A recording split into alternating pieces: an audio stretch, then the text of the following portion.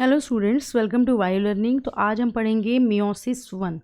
तो meiosis one का हमने देखा था कौन सी स्टेजेस है, लेकिन ये काफ़ी कॉम्प्लेक्स है। क्यों कॉम्प्लेक्स है? क्योंकि यहाँ पर जो प्रोफेज वन होती है वो कैसी स्टेज है, वो काफ़ी लॉन्गर है और काफ़ी कॉम्प्लेक्स है। इस वजह से पूरी मियोसिस वन कॉम्प्लेक्स हो जाती है।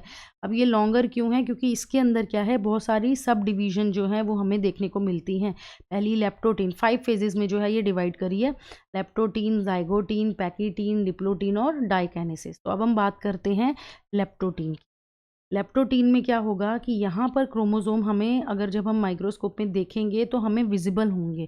ठीक है, क्यों होंगे विजिबल? क्योंकि यहाँ क्रोमोसोम जो थे वो कंडेंसेशन शुरू कर देंगे, यानी कॉम्पैक्शन होने लग जाएगा क्रोमोसोम का। ठीक है, लेप्टोटीन में क्रोमोसोम कंडेंस होने लगेंगे। और कैसे दिखेंगे? एकदम पतले धागे की तरह दिखेंगे। कंडेंसेशन तो होगा बट अभी बिल्कुल थिन थ्रेड जैसे ही दिखेंगे। ठीक है, इस तरह से थिन थ्रेड लाइक स्ट्रक्चर जो होंगे वो हमें दिखेंगे लाइट माइक्रोस्कोप के अंदर। ठीक है, अब यहाँ पर इसके बाद जो है यही चीज़ फिर नेक्स्ट स्टेज में पहुँचेगी। मतलब कंडेंसेशन तो कंटिन्यू रहेगा पूरी लेप्टोस्टीन स्टेज में, फिर उसके बाद नेक्स्ट स्टेज आ जाएगी प्रोफेज वन की, जाइगोटीन। तो जाइगोटीन स्टेज में यहाँ पर क्या होगा, यहाँ पर क्रोमोसोम जो होंगे वो पेयरिंग शुरू कर देंगे। ठीक है, पेयरिंग करेंगे मतलब एक दूसरे के आमने सामने आएंगे और पेयर करना स्टार्ट करेंगे। तो ये जो पेयरिंग करेंगे इसको हम क्या बोलेंगे? साइनेप्सिस। और इस तरह के होमोलोगस क्रोमोसोम और इस तरह के पेयर्ड क्रोमोसोम को हम क्या बोलते हैं? वो हम बोलते हैं होमोलोगस क्रोमोसोम। होमोलोगस क्रोमोसोम क्या होते हैं? जो दिखने में बिल्कुल एक जैसे हैं, जिनकी लेंथ बिल्कुल सेम है, शेप, साइज, जीन की पोजीशन सब कुछ सेम होता है। एक फादर से आता है, एक मदर से आता है, उसको हम बोलते हैं होमोलोगस क्रोमोसोम। तो यहाँ पर फर्स्ट चीज़ क्या होगी जाइगोटीन स्टेज में कि क्रोमोसोम आपस में आमने सामने आ जाएंगे। ठीक है, आमने सामने आ गए और पेयरिंग करना शुरू कर रहे हैं, यानी इसको हम बोल रहे हैं साइनेप्सिस हो रही है। ठीक है, साइनेप्सिस हो रही। और इस तरह के पेयर्ड क्रोमोसोम को हम क्या बोलते हैं? Homologous chromosome. अब नेक्स्ट क्या होगा? अब नेक्स्ट क्या हो रहा है कि इस स्टेज में chromosome synapsis is accompanied by formation of complex structure called synaptonemal complex. अब यहाँ पर एक कॉम्प्लेक्स बनेगा। क्या बनेगा? उसको हम बोलेंगे साइनेप्टोनिमल कॉम्प्लेक्स। ये साइनेप्टोनिमल कॉम्प्लेक्स क्या होता है?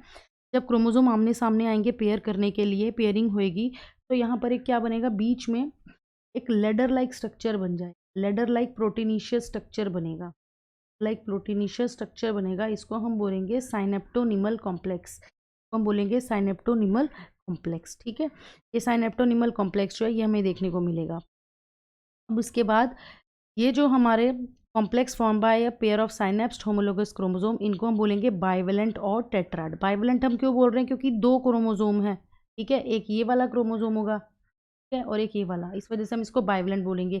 टेट्राड हम इसलिए बोल रहे हैं क्योंकि दो क्रोमैटिड इसके, दो क्रोमैटिड इसके, तो ऐसे चार क्रोमैटिड मिलाकर हम बोल रहे हैं इसको टेट्राड। तो ये चीज़ हमें इसमें देखने को मिलेगी।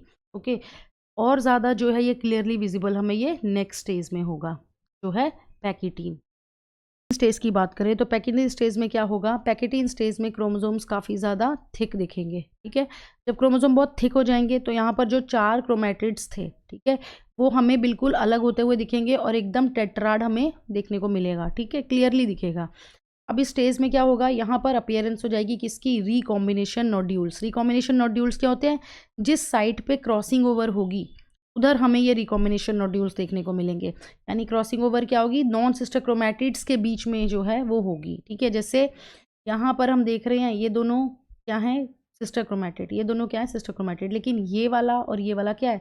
Non sister chromatids. तो इनके बीच में, नॉन सिस्टर क्रोमैटिड्स के बीच में क्रॉसिंग ओवर होगी, और जिस साइट पे क्रॉसिंग ओवर होगी वहाँ पे हमें रिकॉम्बिनेशन नोड्यूल्स दिखेंगे।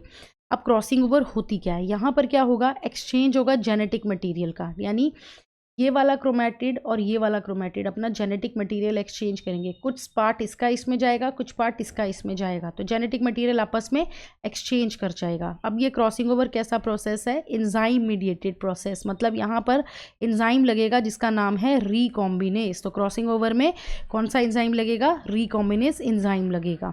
ठीक है, अब क्रॉसिंग ओवर की वजह से क्या होगा? रिकॉम्बिनेशन हो जाएगा जेनेटिक मटेरियल का, यानी दो होमोलोगस क्रोमोसोम का जो जेनेटिक मटेरियल है वो आपस में रिकॉम्बाइन कर गया। ठीक है, ये चीज़ हम बोल सकते हैं। और ये रिकॉम्बिनेशन जो होगा ये जब पैकेटीन का एंड होगा तभी कंप्लीट होगा। ठीक है, और यहाँ पर हमें क्रोमोसोम लिंक दिखेंगे, जहाँ पे क्रॉसिंग होगी उस साइड पे, क्रॉसिंग ओवर जहाँ पे होगी उस साइड पे हमें क्रोमोसोम लिंक्ड दिखेंगे। ठीक है, तो मेन चीज़ हमने क्या देखी, पैकेटिन स्टेज में क्रॉसिंग ओवर हो रही है। कैसा प्रोसेस है, एंजाइम मीडिएटेड। कौन सा एंजाइम है, रिकॉम्बिनेज एंजाइम है। ठीक है, जिस साइड पर क्रॉसिंग ओवर होती है उधर क्या हमें देखने को मिलते हैं, रिकॉम्बिनेशन नोड्यूल्स देखने को मिलते हैं। क्रॉसिंग ओवर की वजह से क्या हो गया, रिकॉम्बिनेशन हो गया।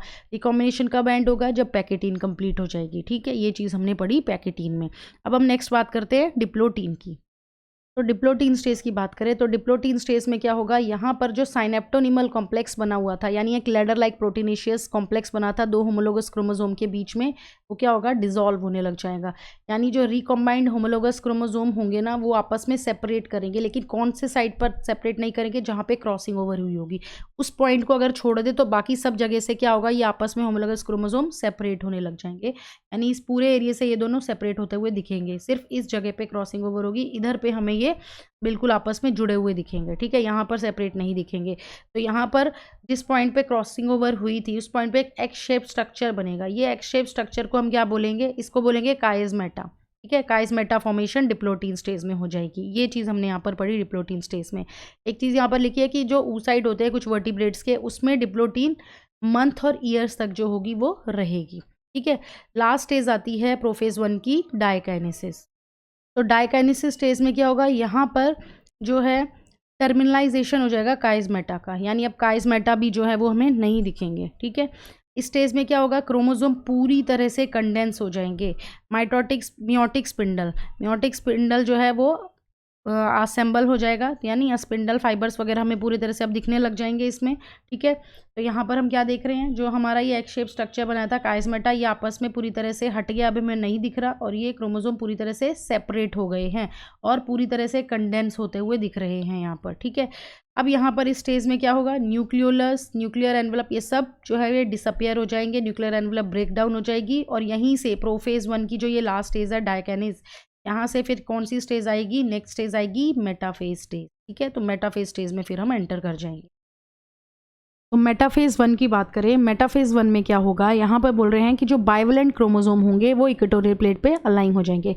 मतलब यहाँ पर मियोसिस 1 में क्या है कि जो हमारा पेयर्ड क्रोमोसोम है, बाइवेलेंट क्रोमोसोम यानी जो हमारे पेयर्ड क्रोमोसोम हैं वो इक्वेटोरियल प्लेट पे अलाइन होंगे। मतलब कहने का यहाँ पे मतलब हम यहाँ क्या देख रहे हैं, ये होमोलोगस क्रोमोसोम का जो पूरा पेयर है ये दो इक्वेटोरियल प्लेट पे अलाइन होंगे। एक इक्वेटोरियल प्लेट ये होगी और दूसरी इक्वेटोरियल प्लेट ये होगी। ठीक है, इसको हम मेटाफेज प्लेट भी बोल रहे थे। ठीक है, तो यहाँ पर दो प्लेट्स हमें देखने को मिलेंगी।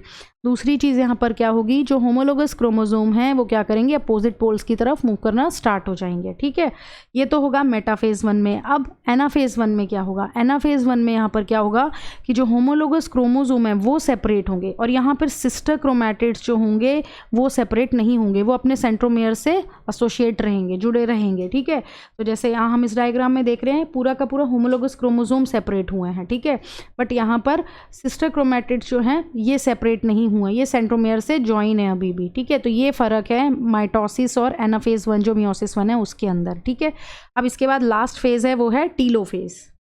तो बात करेंगे टीलोफेज 1। टीलोफेज 1 में क्या होगा कि यहाँ पर न्यूक्लियर मेम्ब्रेन, न्यूक्लियोलस रीअपेयर होगा, साइटोकाइनेसिस होगी, साइटोप्लाज्म डिवाइड होगा और हमें डायड ऑफ सेल मिल जाएगा। यानी हमारे पास जैसे एक सेल था उसके अंदर फिर न्यूक्लियर मेम्ब्रेन आ गई, फिर उसके बाद न्यूक्लियोलस आया, साइटोप्लाज्म डिवाइड करके हमें 2 सेल मिल गए जिसको हम बोल रहे हैं डायड ऑफ सेल। बट हमें यहाँ ध्यान क्या रखना है कि जो हमारा यहाँ मियोसिस 1 में पेरेंटल सेल था वो कैसा था, डिप्लॉइड था। तो हम यहाँ पर अब जो डॉटर सेल मिलेंगे हमें 2, वो कैसे होंगे, हैप्लॉइड। तो 2 हैप्लॉइड डॉटर सेल हमें यहाँ पर मिल रहे हैं। ठीक है, ये चीज़ होगी। उसके बाद टीलोफेज के ही अंदर जो है यहाँ पर क्या होगा कि इसमें थोड़ा बहुत डिस्पर्जन होता है, मतलब थोड़ा बहुत डिकंडेंसेशन तो होगा लेकिन पूरी तरह से डिकंडेंसेशन यहाँ नहीं होगा। जैसे इंटरफेस के अंदर हमें बहुत ज़्यादा डिकंडेंसेशन देखने को मिलता है, यहाँ पर थोड़ा बहुत जो है वो क्रोमोसोम डिकंडेंस करेंगे। नेक्स्ट हम बात करते हैं यहाँ पे इंटरकाइनेसिस क्या होती है। देखो 2 मियोटिक डिवीजन्स जब होती हैं उनके बीच में जो स्टेज आती है उसको हम बोलते हैं इंटरकाइनेसिस। जैसे इंटरफेज होती है लेकिन ये कैसी होती है, शॉर्ट लिव्ड होती है। जैसे मियोसिस 1 जब एंड होगी उसके बाद जो है ये इंटरकाइनेसिस शुरू हो जाएगी। ओके, उसके बाद ये इंटरकाइनेसिस शुरू होगी, फिर उसके बाद जो है वो इंटरकाइनेसिस के बाद मियोसिस 2 जो है वो शुरू हो जाएगी। अब इस इंटरकाइनेसिस में क्या होगा, ये शॉर्ट लिव्ड क्यों है, क्योंकि यहाँ पर डीएनए रेप्लिकेशन नहीं होगा। डीएनए रेप्लिकेशन नहीं होगा तो यहाँ पर क्या होगा, ये इसलिए शॉर्ट लिव्ड हो जाएगी और उसके बाद ही हमारी मियोसिस 2 शुरू हो जाएगी। ठीक है, तो ये हमने देखा आज मियोसिस 1। नेक्स्ट क्लास में जो है वो हम मियोसिस 2 पढ़ेंगे।